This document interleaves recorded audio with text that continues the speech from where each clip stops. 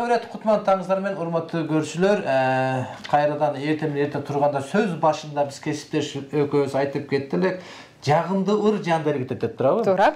Андыктан бизде аябай сүйкайган сулуу кызыбыз мейманда Канышай Сүйүнбай келип отурат. Эстрада фольклор ырчысы. Ошондой эле бул жөнөкөй кыз эмес, 40 кыз тандоосунун атында фестивалдын катышуучусу. Куш келипсиң? Саламатсызбы. Жакшы иштер? Жакшы, рахмат. Кутмандыңыз менен. Маска гана кийди эле кийгенде. Өзүңөр да гана. Лифттен чечип койдук. Ишеним жакшы экен дейинби? Эң биринчи ирет Кутман каалап сизге жакшы маанай бизге бериш үчүн бир ырдан баштабайсызбы? Кандай дейсиз? Макул, мейлиңиз. Себеп дегенде биздин уктап калган кичине телекөрүүчүлөрүбүз бар. Комузду көргөндө кайсы кыргыз ойгонбосун дегенде. Кайсы чыгармаларда бересиз? Мен комузга салып, эстрадалык кырларды попури кылып берем. Ой, сонунда.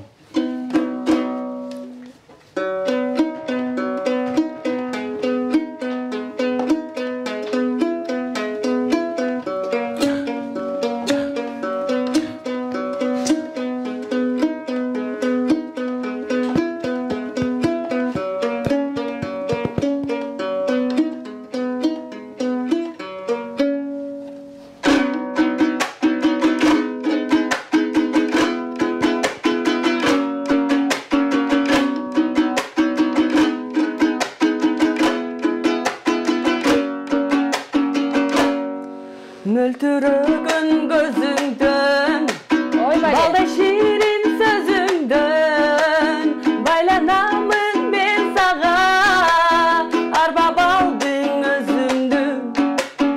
Ушунчалык ашыгып, көрбөй калсам сагынып, жаным тынбай коркумун, каламбы деп айрылып.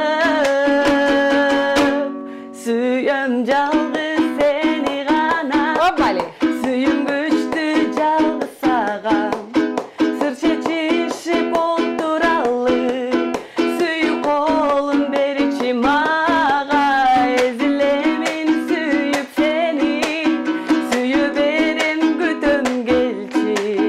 Жалындаган жүрөгүмө, жаратканым жардам берчи. Нурбек мырза, suyum seni. Oy bali.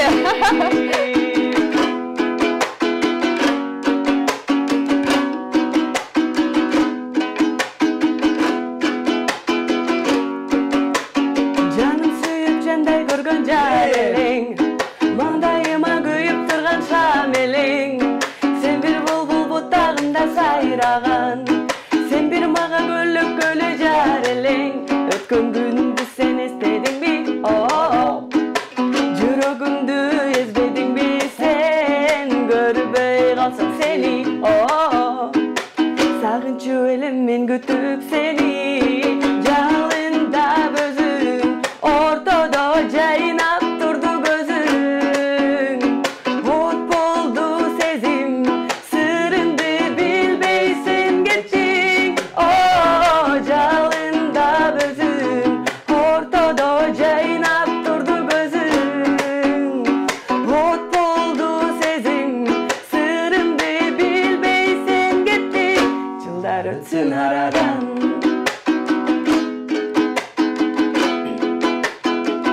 жолугабыз кайрадан.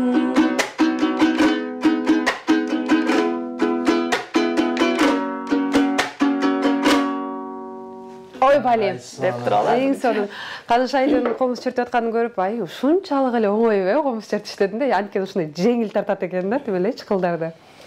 Бул кызыбыз Барсукондун этегинде отуруп алып шаркыратма деген жери бар. Барсукондо ошол жерде жалаң шаркыратмага тууруп жуунөр аябай бою узун болуп сулуу кыз болуп кеткен экен. Эң сонун.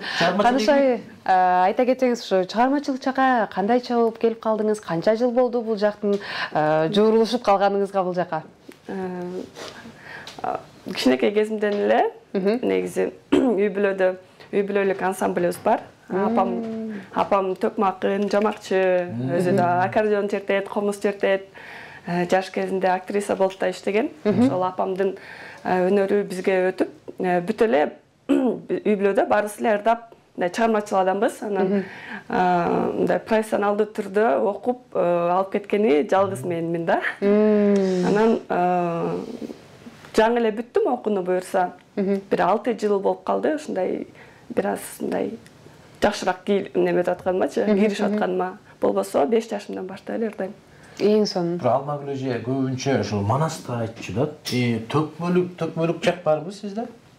Мен жамактап коем. Жамактап кой. Апам жамакчы, бирок мен тамакчымын да. Ооба. Кыркыз деген сөз аябай долбоор көтөрүлүп чыкты. Ушуну кимдер ойлоп чыгарды кыркызды? Кыркызды Дана Абдыбекова, Элнура. дагы Элнура эжелер негизи долбоорду көтөрүп чыккан. Кыргызстандагы 40 райондон 40 кызды алып, ошо ар кандай салттуу өнөрлөр менен ат чабышат. Өтөсүнө чыктыбы? Кандай болуп калды? Кийинки учурларда угулбай да калды.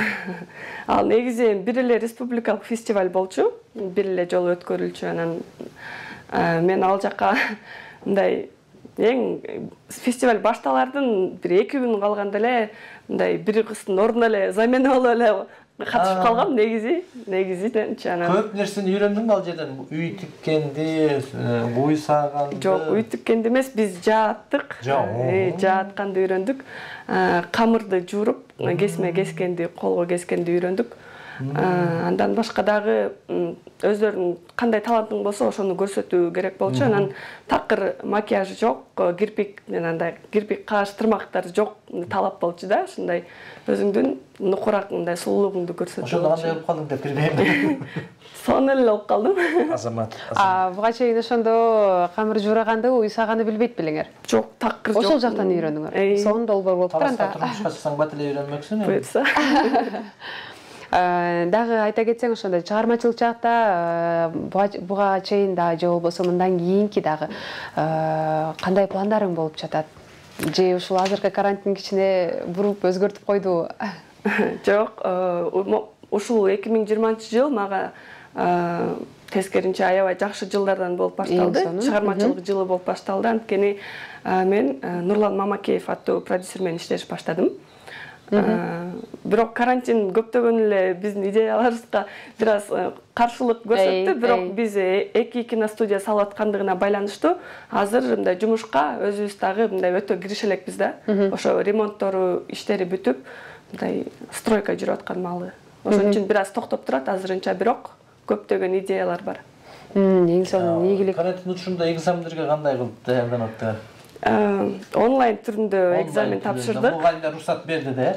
Онлайн түрүндө тапшырдык. 10 күн аралыгында экзамендерди бердик. Кадимкидей эле жанагындай атайын приложениялар чыкты го, тиркемелер, ошолор аркылуу экзамендерди бердик дагы, бирок мамлекеттик сынактарды биз университетке уруксат алып, ошо өйдөдөн уруксат алышып, бизге уруксат беришти да. Айдайды көпчүлөтпөй ырдатпайлыбы я, ырдатып келип атат Айдай.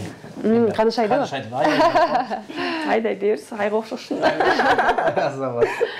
Ооба, туура айтасыз. Жагымда чыгарма тартылды эме дагы. Биздин үй бүлөдө баарыбыздын аттарыбыз ай менен бүтөт да. Толгон ай, алтын ай, күмүш ай депчи. Канышай. Анан жөн эле Каныша деп коймак мени негизичи. Анан уйкаштырып эле ай деп кое берген да. Ошо мырзаларга да айдай десеңиз деле болот. Жакшы. Өзүңүздөр байкагандай бир аз сыркоолоп турам, бирок ага карабастан ырдап бере берем. Анткени мага азаматсыз. Такыр жакпайт. Түз эфирде ырчылар келип алып ырдап береличи, тамам урат эле деп мындай кача беришет го. Мен такыр качпайм. Мен тамагым ооруса дагы ырдап берем, оорубаса дагы ырдап берем. Үнүм чыкпай калса дагы ырдап берем. Айбали.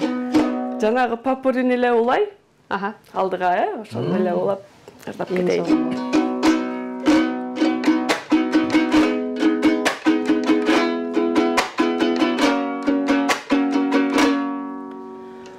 Yellow diamonds in the light, and we're standing side by side as a shadow crosses mine. Wanna stake to come alive. It's the way I am feeling, I just can't deny. But I gotta let it go. We fall in love in a hopeless place. We fall in love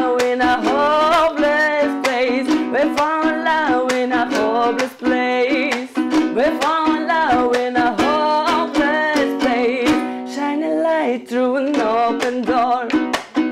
Love and life I will divide. Turn away cause I need you more. Feel the heartbeat in my mind. It's the way I am feeling, I just can't deny. But I gotta let it go. We fall in love in a hopeless place. We fall in love in a hopeless place. We fall in love in a hopeless place.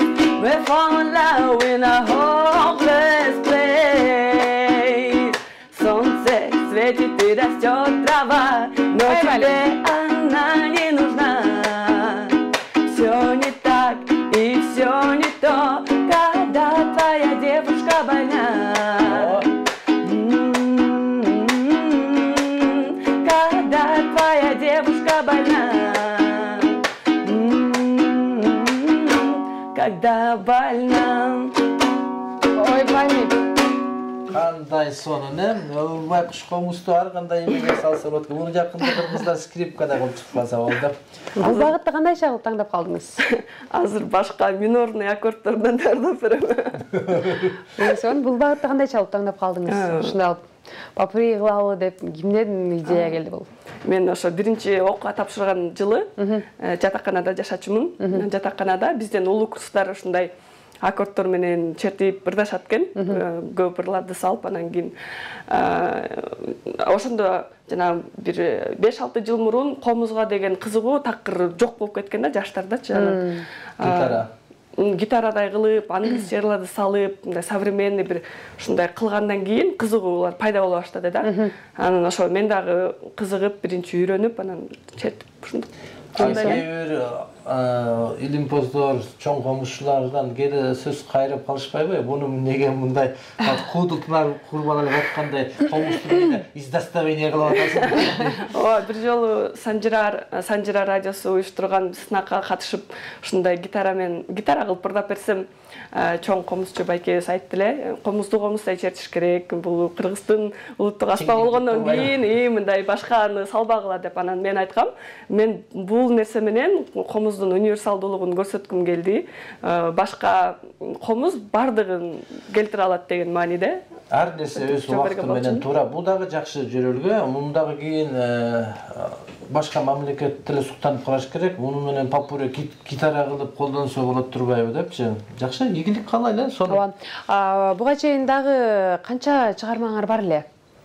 Буга чейин көп эле ырларды ырдап жүрөбүз негизи. Баягыдай бизде ботко тойго деген запистер, концертке деген запистер, бирок мен ошо чоң шоу бизнеске деп чыгарган ырым ошо жакында эле 2019-жылы презентация болгон. Клипи 2020 чыкты да. Ага чейин Нышанбай агай тарткан Бордезген Боронбай аттуу кинотасмада саундтрек катары ырдаган болчумун. Эң сонун ошо 2019-да чыккан ошо ырыңызды анда бир угуп көрбөйлүбү? Комузга келбейт ал. Да. Сиздай кыла жана өзү башкарып кеттиңиз.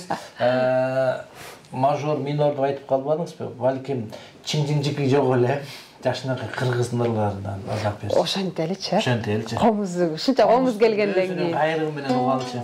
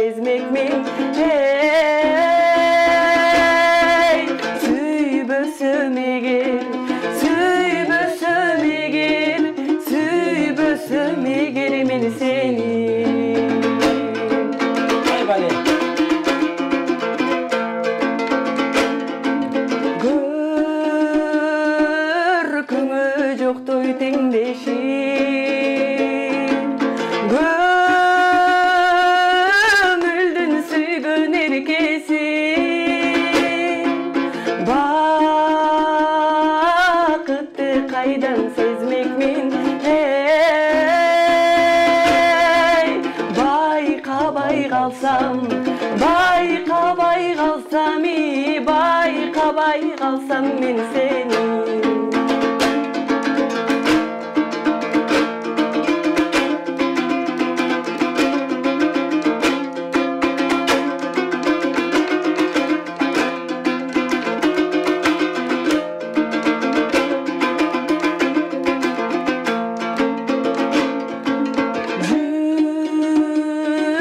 Жүректің сезбей арзусын,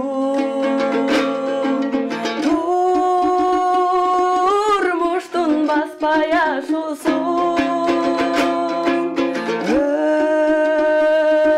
Өтмөкмүн сені көрбөсөм, өмүрдүн сезбей, өмүрдүн сезбей, өмүрдүн сезбей таттуусун. Жашоонун сезбей таттуусун. Ой, Бали, бар болуңуз. Мырын темеле, жаркыратырдап. Эң сонун. Келиңиз Канышай, сизге чоң рахмат. Таң атпай келип, тамагыңыздын ооруганына карабай ырдап бергениңиз үчүн сизге чоң терең ыраазычылык. Сизге дагы ден соолук каалайбыз, оорубаңыз. Бизге мындан келгенден дагы чыңкылдап, ушундук эң сонун ырларды ырдай бериңиз. Жана кыргыз элиме болгон каалоо тилегиңизди айта кетиңиз. Кыргыз элиме эң биринчи тынччылык каалайм, токчулук каалайм, молчулук каалайм. Бөйдө кырсыктан тышкары болуп эле ошо илдетти жеңип, жакшы жашоого эртерээк кайтып келели. Айтканыңыз келсин дейли. Бизде конокто урматтуу көрүүчүлөр, белгилүү кызыбыз Канышай Сүйүнбай болду, эстрада фольклорчусу. 2 жылдын аралыгында тез аранын ичинде заслуга наам алышында биз Кудайдан тилейбиз.